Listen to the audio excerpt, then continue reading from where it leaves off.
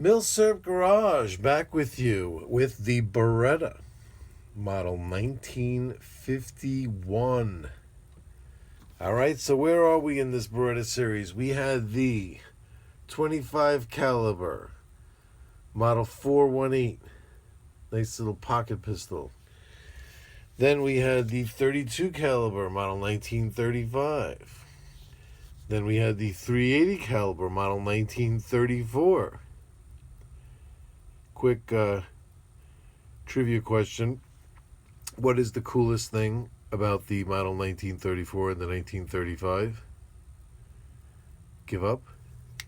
It's dual wielding. Little trading day action, huh? Yep. Well, that moves us right along to the Model 1951. Now, the 1951 is designed by the same guy, Tullio Marengoni. That's his name.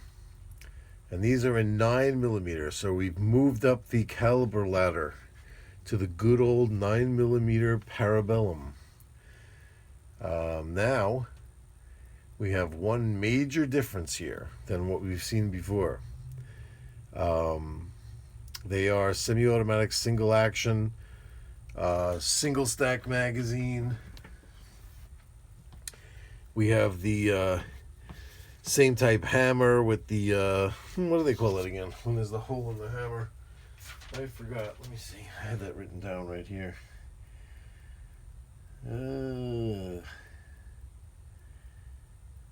Yes, I forgot. But it follows a lot of the same design features, like the open top slide here, this ring around the barrel with the front sight molded into it, the finger hold here on the bottom of the magazine plate.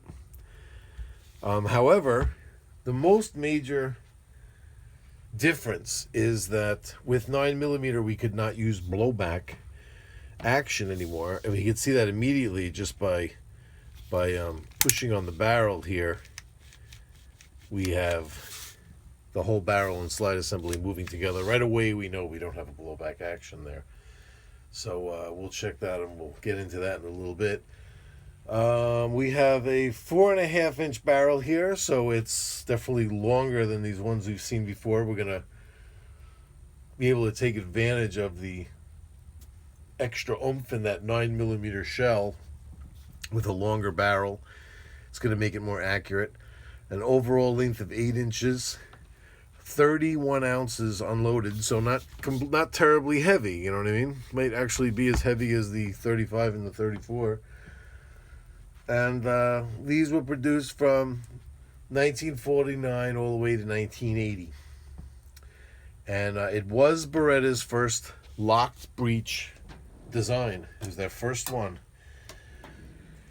So like most firsts, this Tullio Marengoni didn't just come up with a design just all on his own.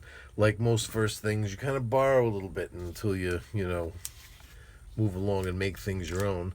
But as you can see, the barrel locks here in place. And how you know that is if you just grab it while it's in this position and you go to move the barrel. See, it's locked there. And only when it closes this much does it release it again where the barrel is able to move. Once it gets to this point, the barrel locked in position. So upon firing, when the round discharges, as it travels down the barrel, the slide and the barrel come back together.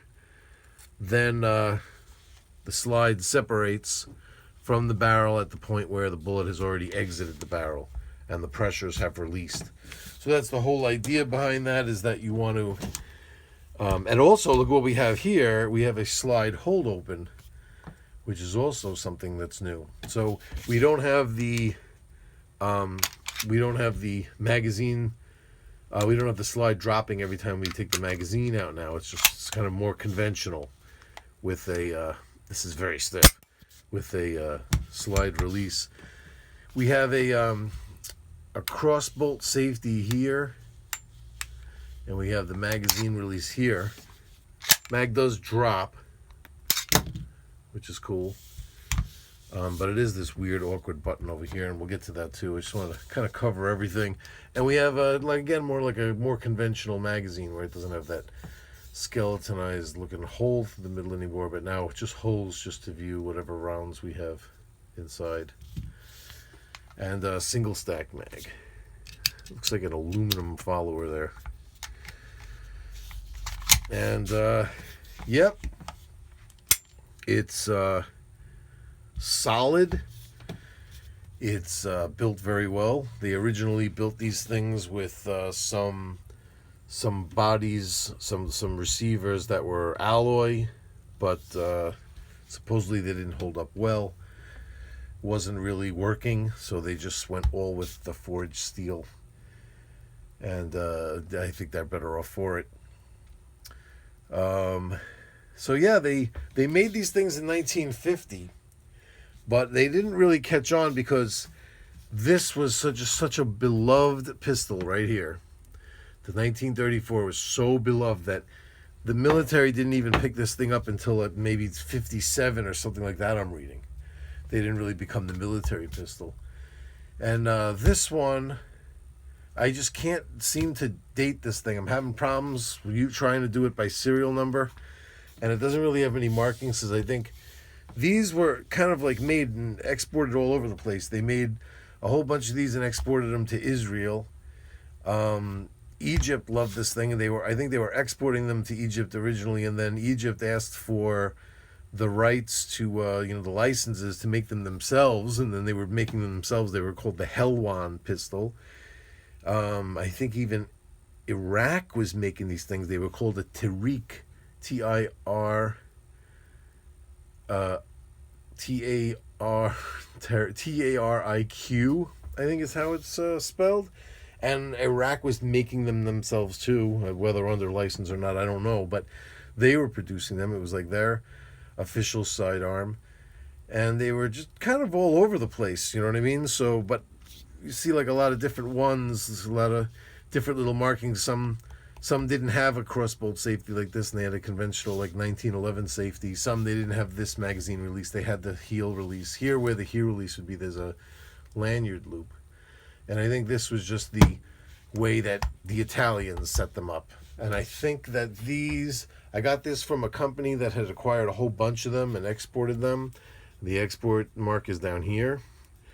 And I think they were ex-Italian police pistols, and that's why it's just tough to date it. I can't really do it any other way but serial number, because there's no other markings on it except for that marking back there, which I think is a proof mark. I think when you look at ones that are like this, of this release, let's say, they all have the same mark.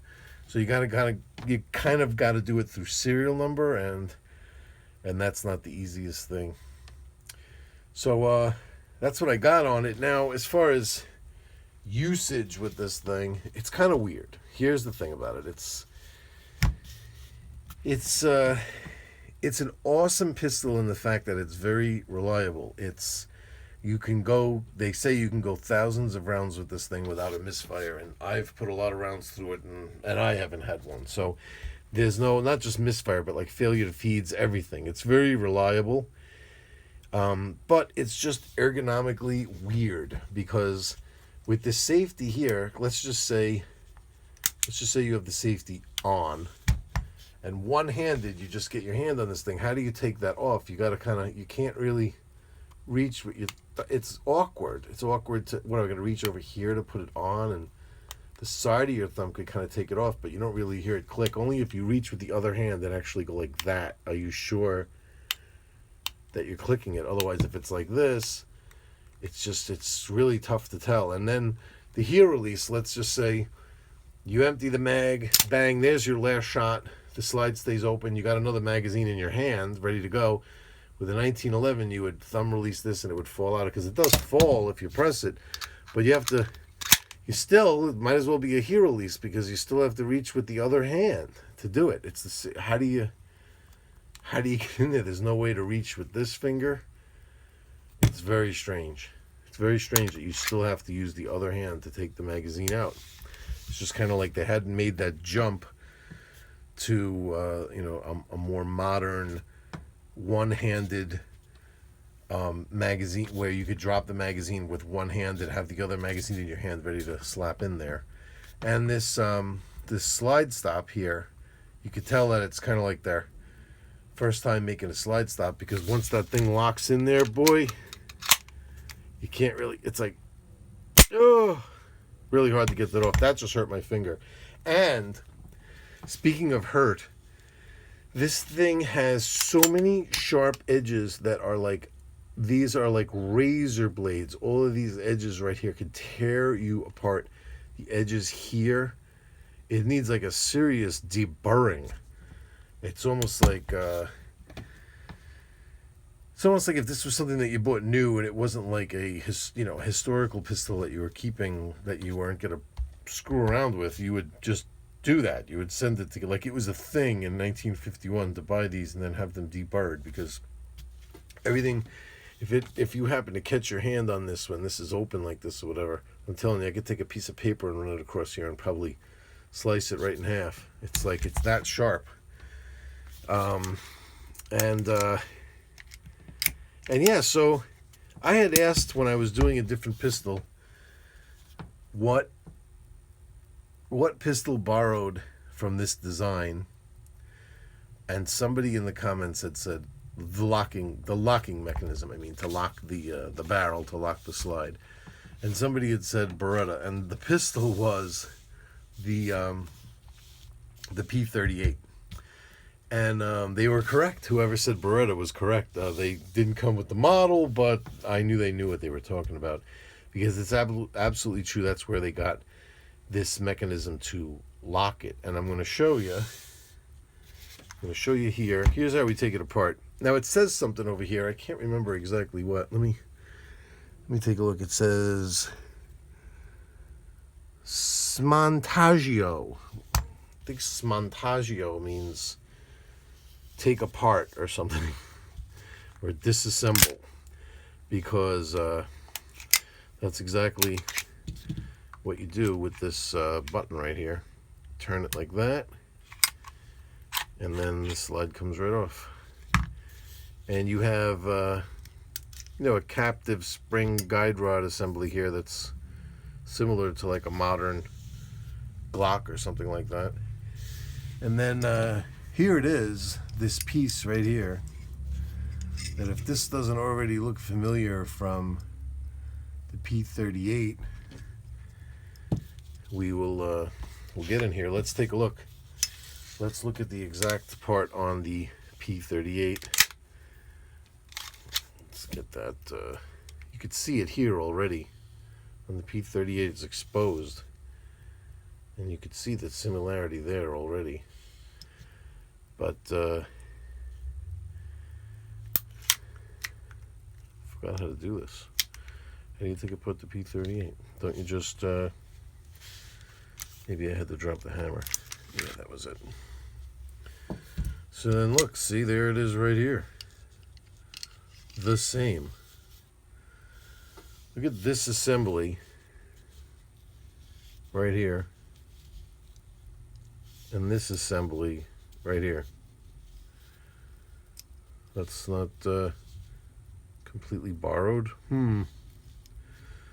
Somebody's patent was infringed upon. But that's what we got there.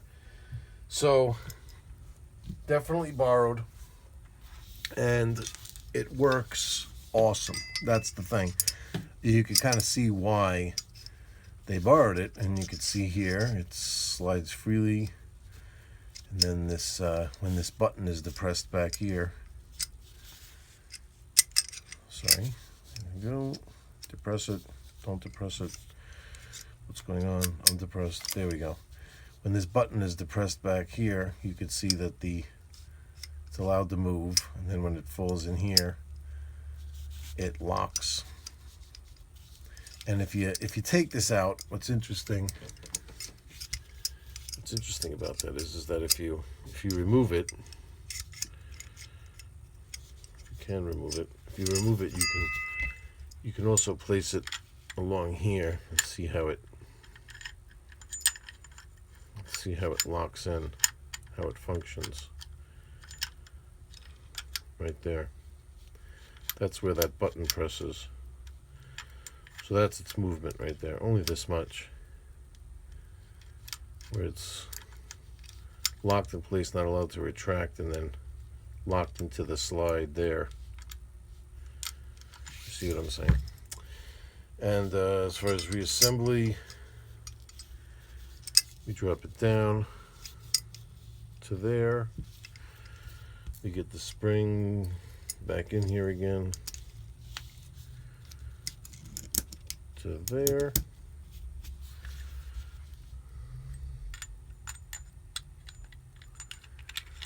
Slide this across, and we get this ready.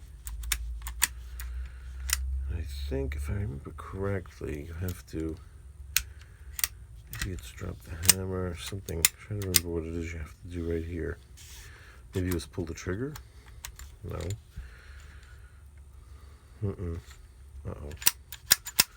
What stops it here? I don't remember. Oh, maybe you have to... Ah, you see, that's not in the right spot. There. I think that's it. I haven't taken this thing apart in a long time. I should have at least done one trial run before the video, but maybe this is better because, you know, if I'm having a problem out in the field. See, I don't remember. I know that I'd reached this point several times where it's hitting up against here, and I forget exactly what you need to do to release this. Safety's not on. The hammer back, maybe? Maybe the magazine in? Maybe that's it? No, that didn't help. That made it worse.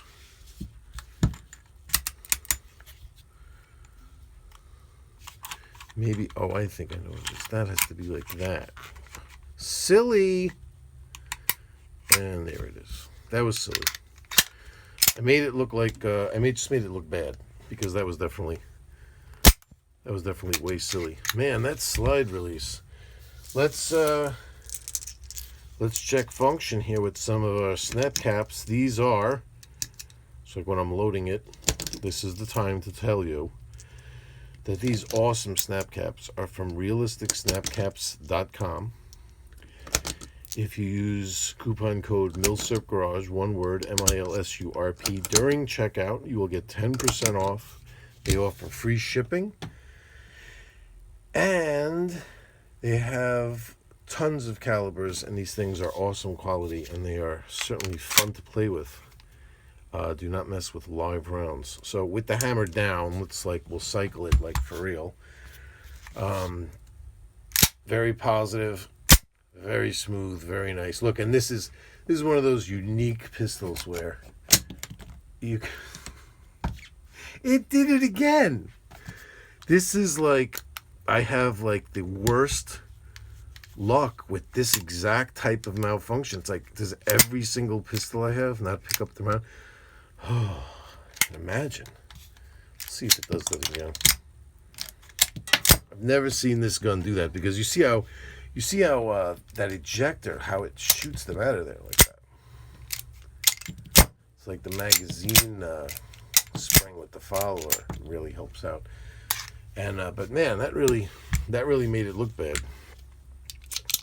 But it's funny because it was the same malfunction that it would do with the model 1934 that I was saying had the weak extractor spring. And speaking of the extractor here, look at the extractor here. The extractor here is along the side. See it? But it's similar. Here's a pin that holds it in, and it goes along the side. But it is and there's a relief right there in the barrel. See that? but it's much stronger than the 1934 one. It works much better. I like this pistol in the respect that, like, the safe place for your finger has a nice pad right there along the slide where it feels very positive to keep your finger there. And this guy, very positive. See, it's good. It's funny how I said it never had a failure to feed, and then as soon as I tugged on the slide, in its defense, I didn't have the magazine. I didn't have the magazine fully seated, and when I cycled it, so the slide didn't come forward all the way to pick up that round fully. So that's why it kind of double fed like that. But all in all, I'd say this thing is a big hit. For a 9mm, you would like it.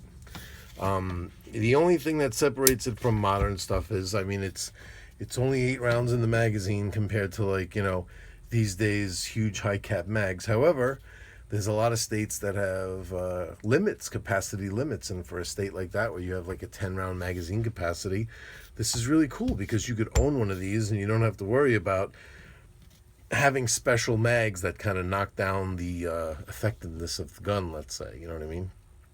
Like, it kind of sucks to have a Glock 17 and you have to have 10-round mags because they can hold 17 rounds. But one of these can only hold 8 rounds, so you're on the same playing field as anyone else that has one of these, you know what I mean? So you don't have to modify it or sacrifice anything. So that's kind of cool for states that have lower capacity limits to the magazines. And, you know, if you get over these few ergonomic idiosyncrasies, it's pretty cool. A lot of people don't like these plastic grips, but there's a million companies that make beautiful wood ones if you would want to swap them out. I mean, me, I just kind of like the way it is. That's what they put on it. Be nice if they were wood right from the factory, but Beretta was making a workhorse here, and they never had wood grips. They always use Bakelite. Every one of these older ones, they're always plastic, so they stuck with the plastic, and they're good. They're fine. It's a high impact kind of plastic. This is all beat up and scratched and everything, and it's no chips or bangs or pieces missing out of it or anything, and they feel good. So whatever, they're fine for me. And you know, full-length guide rod, and they're accurate as hell, and they feel really good. I think you would like this pistol. And that, my friends, is the Beretta Model 1951. Just a quick note about YouTube. So they fully demonetized the video on the, what was it again? Let me just take a quick, I don't want to say the wrong, I want to be very accurate. They fully demonetized the Beretta 1935 video. I remember last time I spoke to you, I said I appealed it. Well, they confirmed it, and that's not reviewable anymore or ever reversible ever for that video. Supposedly that's what they say. Like, no matter what you do now, it can never be reversed. So this sets a bad precedent because this is a bunch in a row. They demonetized every Beretta video like so far. The Beretta M418 video demonetized. They demonetized the Remington 551 ammo test for some reason. They didn't demonetize the actual video of me doing the gun. The Walther P38, the Colt 1908 vest pistol, all of these were demonetized. And but the Remington 550-1 video where I take it apart and show the inside is fine. But for some reason, the one where I do the ammo test, that one was no good.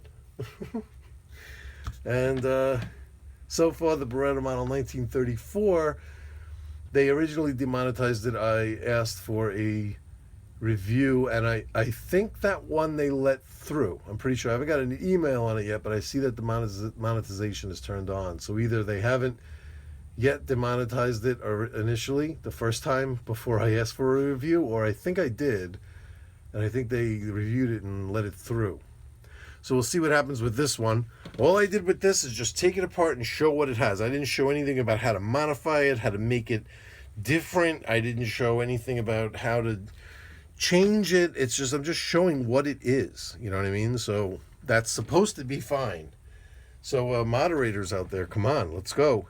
Stop being so anti-gun. See, the thing is, YouTube is supposed to be about free speech. As a matter of fact, there's even videos like these people that do the auditing, and they talk about how it's freedom of speech. They're allowed to go out. They're allowed to video. They're allowed to, it's like a venue for First Amendment auditors to do their thing and put their videos on YouTube, and it's a venue for them to expand everybody's knowledge on the First Amendment rights and everything like that. It's a great thing, right? And you would think they would be the same. They would be that way, and but your First Amendment rights are not always so protected here on YouTube, because you would want to show people something. There's no reason why something that's completely legal, something that's been part of our country forever, like firearms. Firearms even defended this country against our enemies so that we could even exist the way we are here today and have the freedoms that we have. But a company like YouTube, that's where they come and they say, like, is it a utility, or is it do they get to make their own rules on what content they want to show? Or are they a utility where they just have to show everything and then let it all filter out? Like kind of like the phone company. Phone company is like a private company, right? They have their own company, the phone company, Verizon. You know what I mean? But let's just say Verizon said, you know what, we don't agree with, let's just take guns. Let's say they say we don't agree with guns. We're anti-gun. We don't like to proliferate firearms. We think they're bad. So like when you're talking on the phone and you mention guns, you're like, hello, Johnny, you there? Hello? Like, they're like, no, if you could use the phone, you could talk on our service, but you can't talk about guns.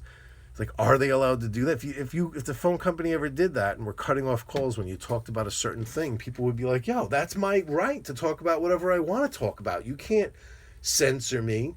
But that's the argument, is YouTube a utility where people could just post videos within reason of whatever they want, or are they allowed to censor content? And if so, how much? How far can it go? It's the same thing with Facebook. It's the same thing with Twitter. This is what's been going on that they're talking about. And I think they're going a little bit too far when they come up with these arbitrary rules about what you can and what you can't do with firearms. Obviously, if you had a video where someone takes a pistol like this and they show what things to grind and what screws to turn it into a fully automatic pistol, that is going too far. You're not allowed to proliferate that type of information at all, I don't think. You're not even allowed to hand out flyers that have that information, I don't think.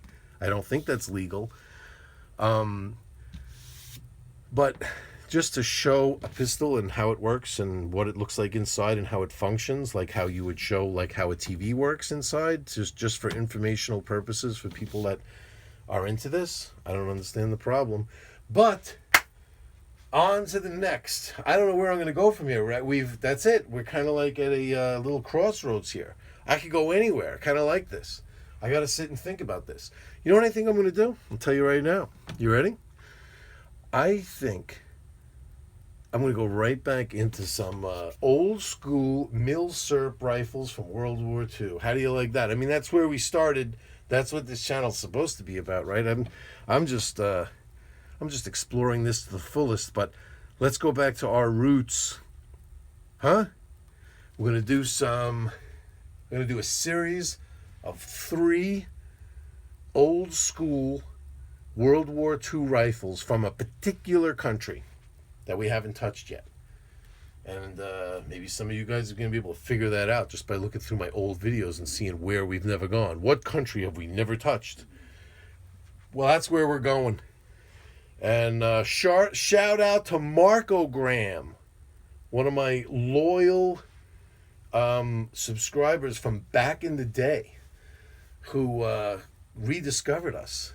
And we're happy to have you aboard. And that's about it. Now I'm excited about that. I know exactly where I'm going. And I think you guys are going to like these next few. Yeah. See you guys soon.